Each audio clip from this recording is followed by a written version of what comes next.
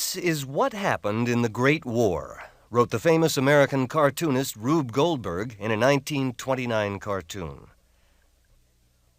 And now, 11 years later, he continued, there isn't one man in 10,000 who can tell you why it happened. Let's see, what was that war about anyway? Asked one man. Search me, says another. How did it start? It was something about an archduke or something. As they tried to pick up the pieces of their shattered lives, Europeans too were confused and disillusioned about why the war had been fought. The devastation everywhere was testimony to the fact that not a single nation had come out of the war with its hopes realized.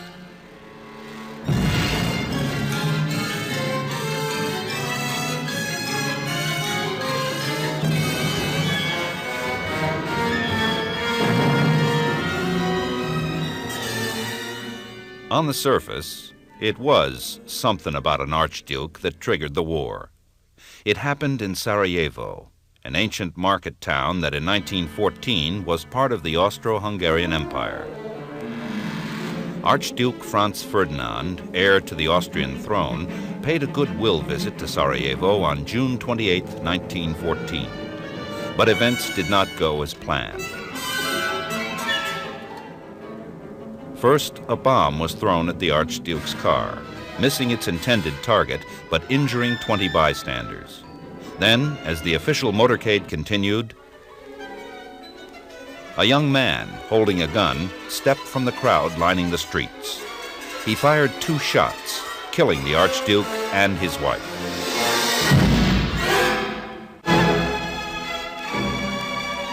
At the royal court in Vienna, the center of the Austro-Hungarian Empire, the assassination was interpreted as a threat to the very existence of the empire.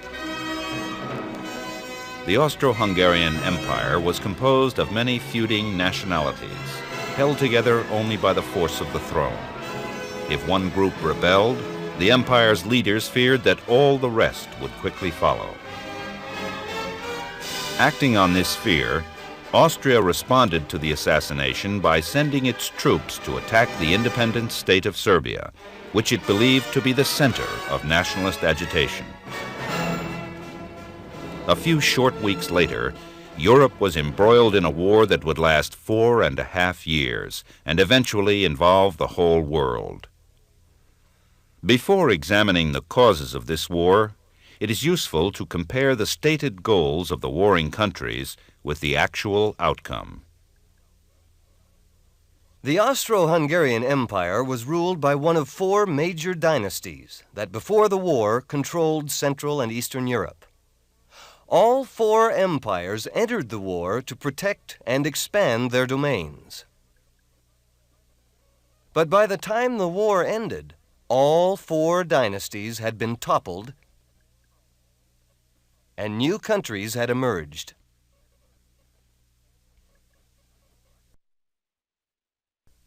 In Russia, the Tsar's government, which went to war against Austria to support fellow Slavs in Serbia, was overthrown by revolution in perhaps the most dramatic example of the differences between the aspirations of a government and what it got out of the war.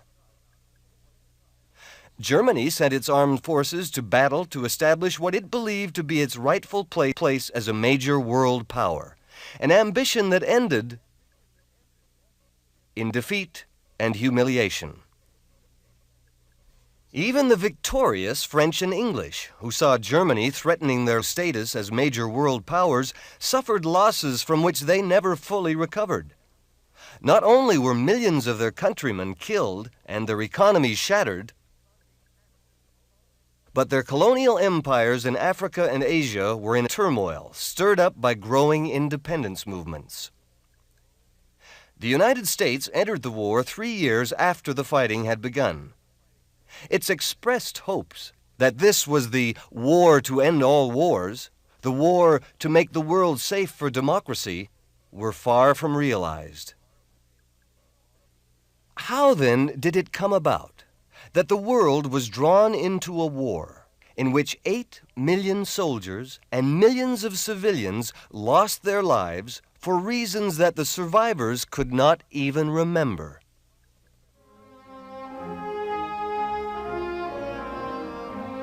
At the time of the assassination at Sarajevo, the great powers of Europe were squared off against one another in a pair of hostile alliances, guaranteeing that if any two powers went to war, the rest were likely to follow. For 20 years, the nations of Europe had been engaged in an arms race, each country determined to remain or become stronger than any potential enemy. Underlying all the tensions was the competition among the major European powers to expand their colonial empires. Possessions abroad provided Europe with raw materials and markets, needs that had grown out of the Industrial Revolution, which had also encouraged the spirit of nationalism. Why did the Industrial Revolution stimulate imperialism and nationalism? And how did these forces lead to war? Today, most people take nationalism for granted. They identify themselves primarily as citizens of a particular nation, loyal to that nation and its government. Patriotism, love for one's country and willingness to defend it, is also widely considered a natural and noble sentiment. All the warring nations relied on this sense of patriotism to rally their citizens during World War I. Yet, nationalism as we know it did not even begin to develop until the 19th century. For most of its history, Europe was a cultural patchwork. Each color here indicates a group of people related by language, religion, and customs. This pre-World War I map shows how little national boundary lines related to cultural ties. This was certainly true in Eastern Europe.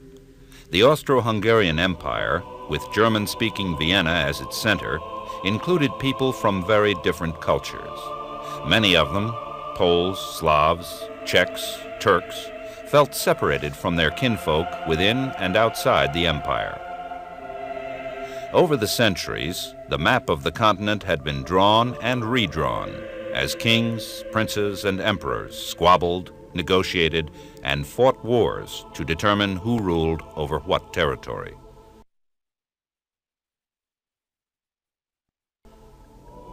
Throughout most of history, the people had neither the right nor the power to choose their rulers.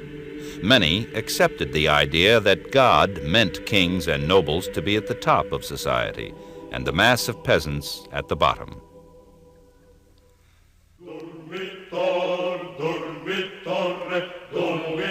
For centuries, the people who worked the land, peasants, had been the bedrock of European society, and well into the 19th century, the overwhelming majority of Europeans were peasants.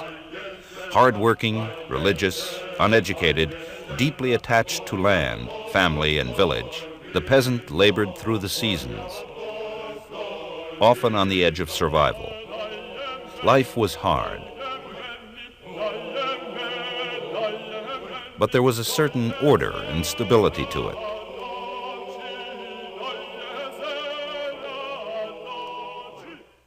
This stability gave way, however, as Europe gradually became an uneasy mixture of old and new. Industrialization, which began in England in the 18th century, spread to continental Europe, transforming agricultural societies into urban, industrialized nations. Industrialization did not take place evenly across Europe. While certain areas were heavily industrialized, most Europeans were still working the land as the 20th century began. Wherever it occurred, industrialization had the same impact. As factories multiplied and cities expanded, economic pressure forced more and more peasants off the land. Some sailed to new worlds across the sea, and increasing numbers moved to the cities, hoping to find work. For many, life in the city was not much of an improvement. Struggling for existence without the familiar security the village offered, the poor were among the most discontented of the new city dwellers. For the prosperous, families of merchants, shopkeepers, businessmen, and others, city life was more rewarding. But many members of this new middle class were also dissatisfied.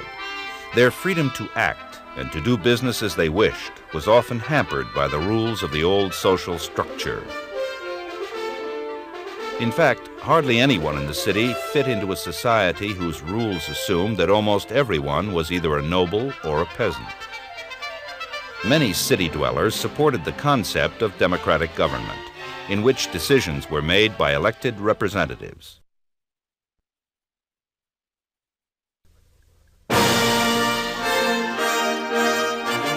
The rule of kings was successfully challenged, and the principles of democracy were applied for the first time toward the end of the 18th century in the American and French revolutions, which linked the goals of democracy and nationalism. The theory was that people who shared in governing themselves could feel part of their nation in a way never before possible, and could be expected to support and defend that nation. Over the next century, the parallel goals of national independence and democratic self-government fired the imagination of millions. In 1830, Greece won freedom from the Ottoman Empire, and Belgium gained independence from the Netherlands. Aroused by Garibaldi, the Italian people during the 1860s were brought together in a single nation. Around the same time, the German-speaking states of Central Europe were united. One empire, one people, one God, says this stamp commemorating the birth of the powerful new German nation.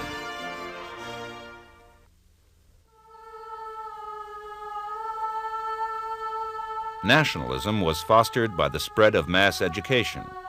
With central governments controlling the schools, children throughout each nation began to read the same history books, to learn the same patriotic songs, to develop a common sense of their culture and traditions. Local customs became less important as a common feeling of national identity took hold. People had always felt a strong attachment to the land, the music, the traditions of their local area. Governments now sought to blend these sentiments with loyalty to the larger nation-state. Heroic moments from the past, glorious battles won, tragic defeats suffered, noble leaders, pious saints, all became part of the national mythology.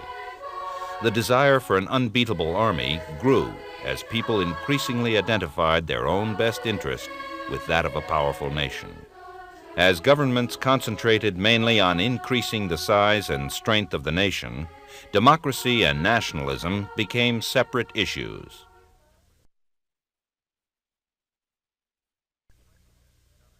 French and German nationalism met head-on in 1870 in the Franco-Prussian War.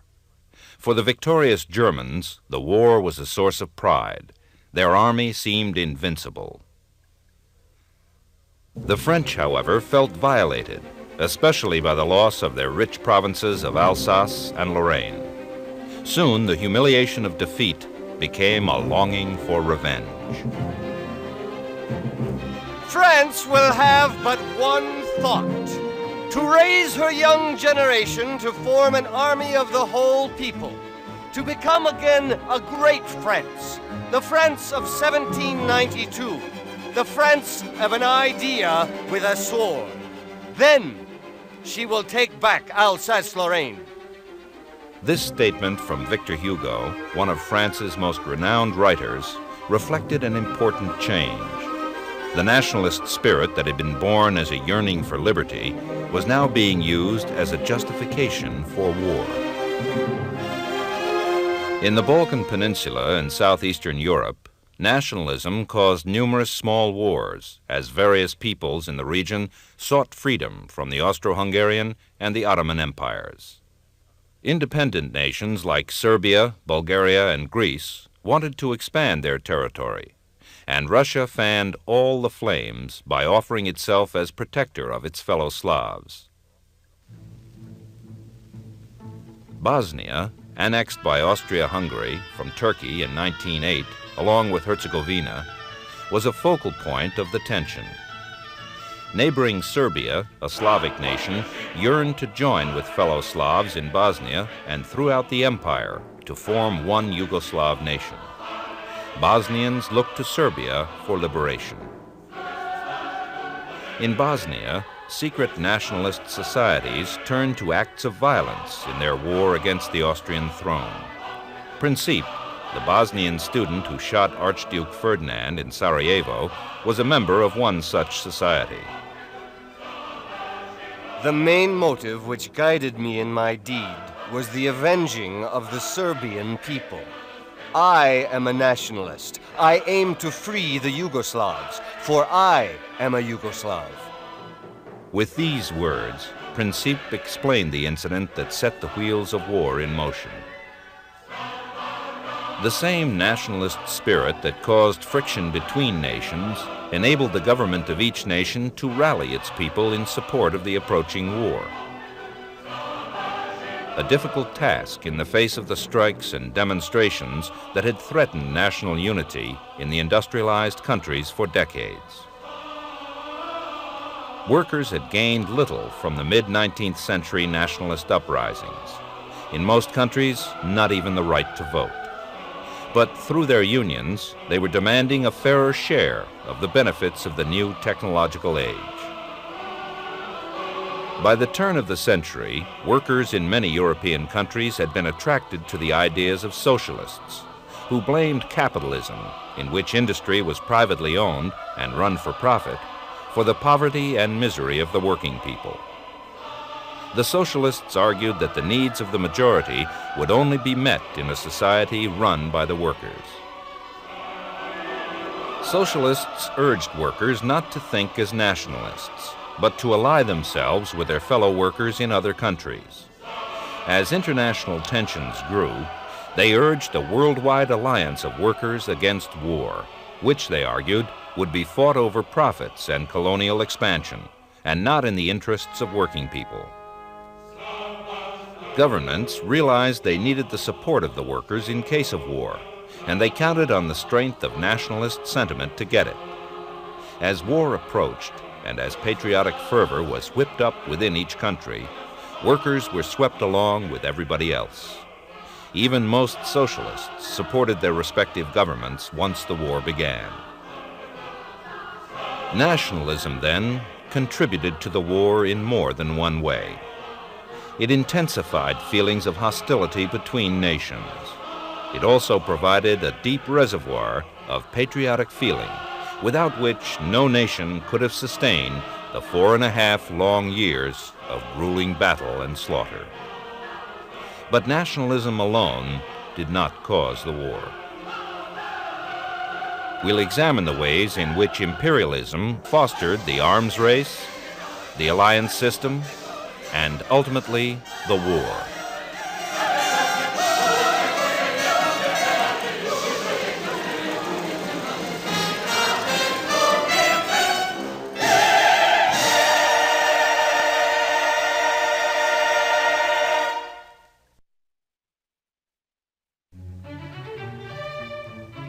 The years before World War I were a time of peace and growing prosperity for many Europeans. Popular magazines displayed the latest products of an ever-expanding economy. Fascinating items that promised to end drudgery and add excitement to life. Ads urged businessmen to trade in their horse-drawn buggies for motorized trucks. Speed and efficiency were central to this wondrous new age of advanced technology. Europe's wealth rested on two things: its industrial strength and its domination of the rest of the world. This was the golden age of European imperialism. By 1900, European powers owned or controlled most of Africa and Asia, and all or part of every other continent as well. While imperialism was evidence of European strength, it also revealed a basic dependency. Each country's prosperity hinged on its ability to maintain and expand its colonial empire. This created competition among the various imperialist powers for control of foreign territory. Imperialist rivalry is considered a primary cause of World War I.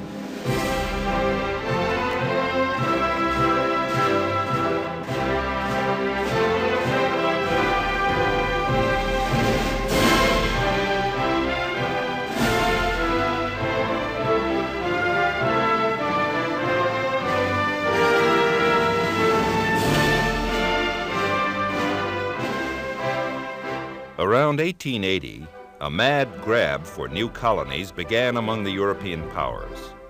Over the next 20 years, they seized vast areas of the globe, as wealth and power came increasingly to depend on colonial possessions. Britain led the way in this new round of colonial conquest, having long since outstripped all competitors in the contest for colonies and for trade routes that had begun 400 years earlier. For most of the 19th century, Britain was also Europe's leading manufacturing country, as the wealth from its empire promoted rapid industrial expansion. This, in turn, created pressure for further colonization, to provide factories with a constant flow of raw materials unavailable at home, secure markets where manufacturers could sell their products, and safe places for them to invest their growing wealth. India helped fulfill these needs. Britain had long been dominant in India through the British East India Company. Following a series of uprisings in the 1850s, the British government actually seized control, and the vast subcontinent of ancient civilizations became the centerpiece of the British Empire. In Africa, Britain faced competition from other European powers, whose appetite for colonies expanded as their industries grew. Only 10% colonized in 1880, Africa was 90% under European control by 1900. Britain and France grabbed the largest shares, with the rest left to Spain, Portugal, Belgium, Italy, and Germany. In Asia, China was the biggest remaining prize.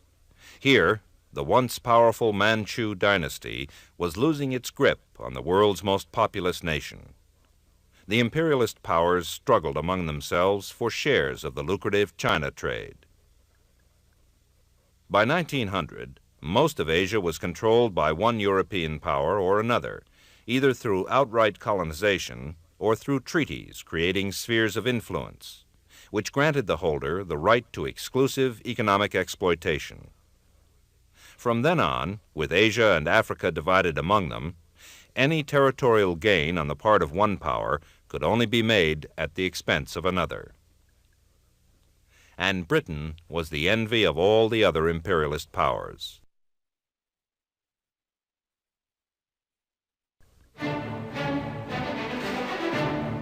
A nation of some 40 million inhabitants in 1900, Britain ruled an empire with 10 times that population, covering territory almost 100 times as great as Britain itself. With colonies stretching over huge areas of every continent, the British could rightfully boast that the sun never sets on the British Empire. Middle-class British families could relax over their afternoon tea, secure in the knowledge that Britain's huge empire, its well-developed industry, and its all-powerful navy guaranteed their safety and comfort. The history of tea illustrates many aspects of imperialism. A favorite drink in the Orient for centuries, tea was introduced in Europe around 1600 by Dutch and British traders. These were the early days of imperialism, when in some parts of the world, European countries sought to monopolize trade rather than establish colonies. As trade expanded, tea continued to grow in popularity, although even in the 18th century, it was a luxury. The palatial offices of the British East India Company in London reflected the wealth derived from this trade. The company was powerful enough to pressure the British Parliament to pass a series of measures in 1773, assuring its monopoly of the tea trade. This monopoly had repercussions in the empire. It caused anger in the American colonies and encouraged their rebellion against the British crown. The 13 colonies, however, were of far less concern to the British than their holdings in India. And tea figured prominently in India's importance. By the late 19th century, after Britain's conquest of India, tea was no longer a luxury. Big tea companies now owned huge plantations in India and Ceylon. Using modern machinery and technology, and with an unlimited supply of cheap labor, tea companies could mass-produce tea and sell it cheaply. For the millions of Britons beginning to appreciate it for the first time, tea was a daily reminder of the higher standard of living that imperialism was providing. Some questioned the morality of a prosperity based on imperialism. Was it right, they asked, that one nation's wealth be based on the exploitation of so many millions around the world? That so much of a poor country's fertile land be set aside to grow products for export? While periodic famines took millions of Indian lives? But most Britons believed imperialism to be both necessary and noble.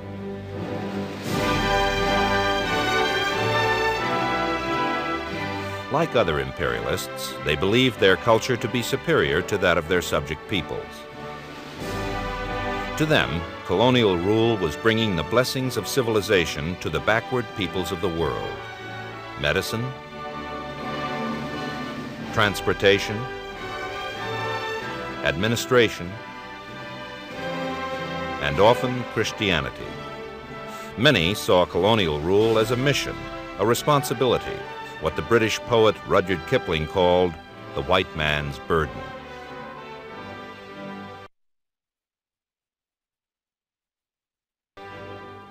Imperialist rivalry caused numerous localized disputes, wars, and skirmishes around the turn of the century. Japan and China over Korea and Formosa. The United States and Britain over Venezuela. Britain and France over the Sudan. Spain and the United States over Cuba and the Philippines. Britain and the Dutch colonists over South Africa. Germany and France over Morocco. Russia and Japan over Manchuria. Japan's victory in the 1905 Russo-Japanese War was a humiliating defeat for the huge but backward Russian Empire. For the first time in modern history, a European power had been defeated by a non-European nation. Russia's century-long eastward expansion into Asia had been checked. Japan was on the rise. The effects of these conflicts were threatening the balance of power in Europe. Germany, a latecomer in the rivalry for colonies, was beginning to test its strength.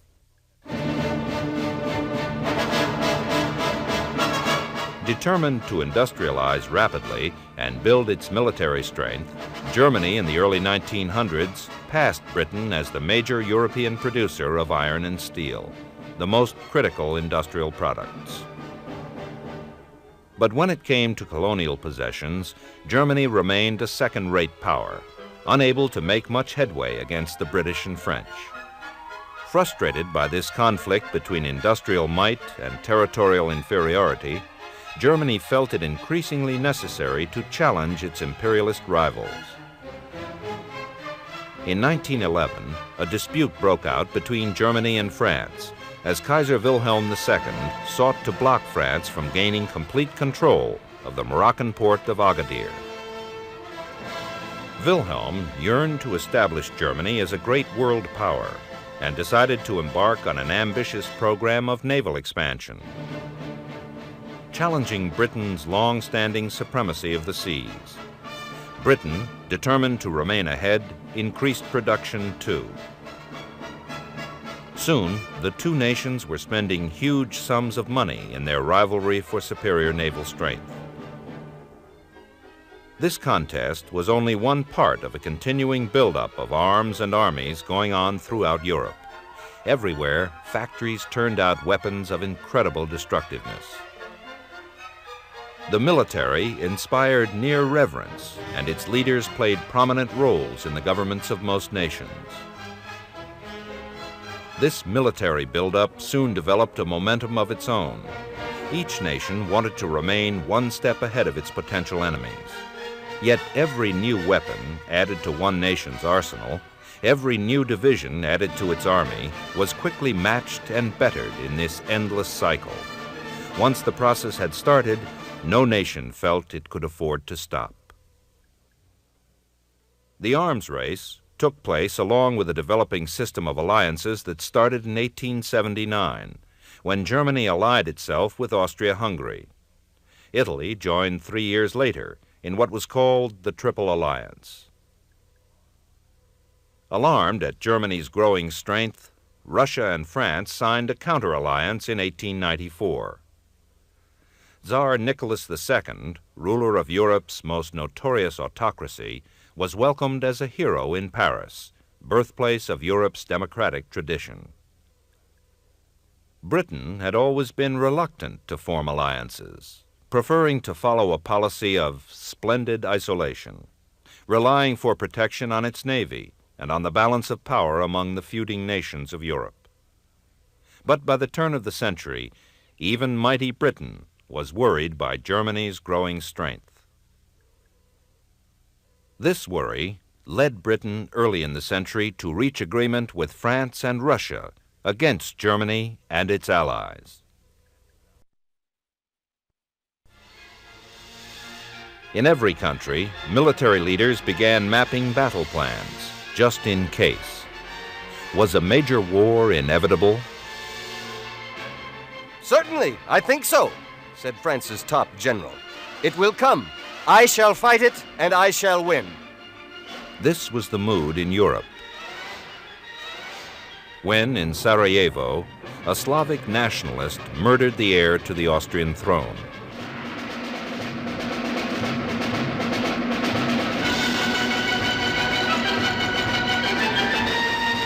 Austria, desperate to save its empire, decided to move against Serbia, where nationalist agitation seemed to be centered.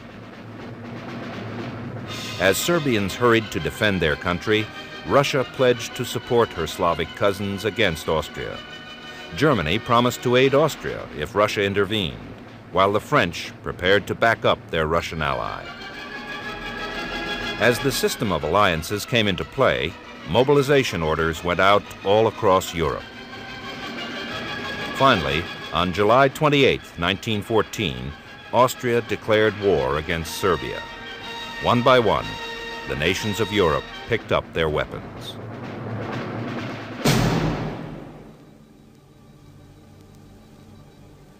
The spirit of nationalism had heightened tensions between nations, while firing the patriotic passions within each nation.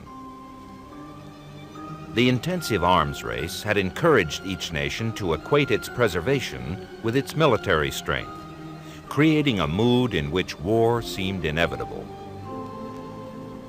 The alliance system had virtually guaranteed that if a war erupted, it would engulf all of Europe.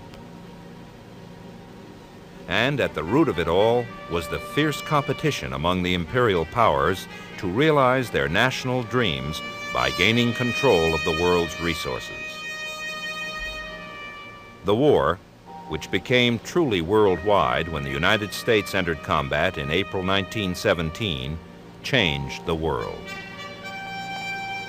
At its start, British Foreign Minister Sir Edward Grey said, "The lamps are going out all over Europe.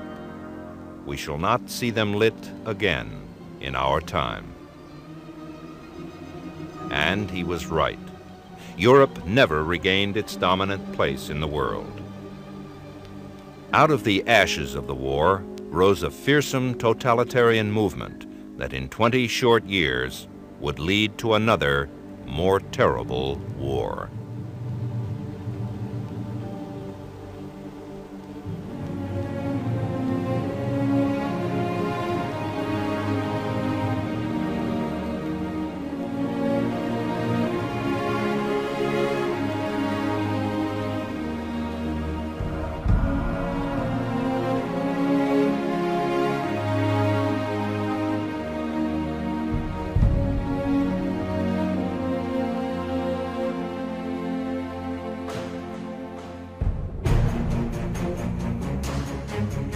half years and eventually involve the whole world. Before examining the causes of this war, it is useful to compare the stated goals of the warring countries with the actual outcome. The Austro-Hungarian Empire was ruled by one of four major dynasties that before the war controlled Central and Eastern Europe. All four empires entered the war to protect and expand their domains. But by the time the war ended, all four dynasties had been toppled and new countries had emerged.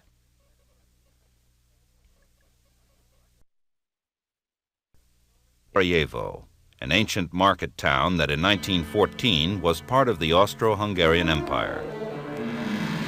Archduke Franz Ferdinand, heir to the Austrian throne, paid a goodwill visit to Sarajevo on June 28, 1914. But events did not go as planned. First, a bomb was thrown at the Archduke's car, missing its intended target but injuring 20 bystanders. Then, as the official motorcade continued, a young man holding a gun stepped from the crowd lining the streets. He fired 2 shots, killing the Archduke and his wife. How did it start? It was something about an Archduke or something. As they tried to pick up the pieces of their shattered lives, Europeans, too, were confused and disillusioned about why the war had been fought. The devastation everywhere was testimony to the fact that not a single nation had come out of the war with its hopes realized.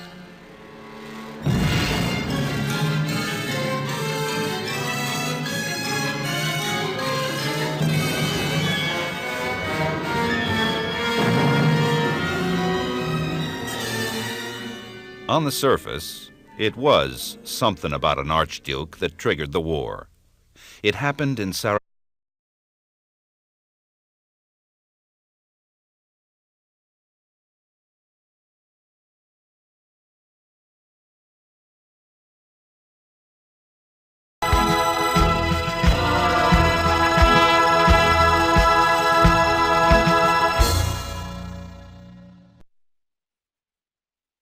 This is what happened in the Great War, wrote the famous American cartoonist Rube Goldberg in a 1929 cartoon.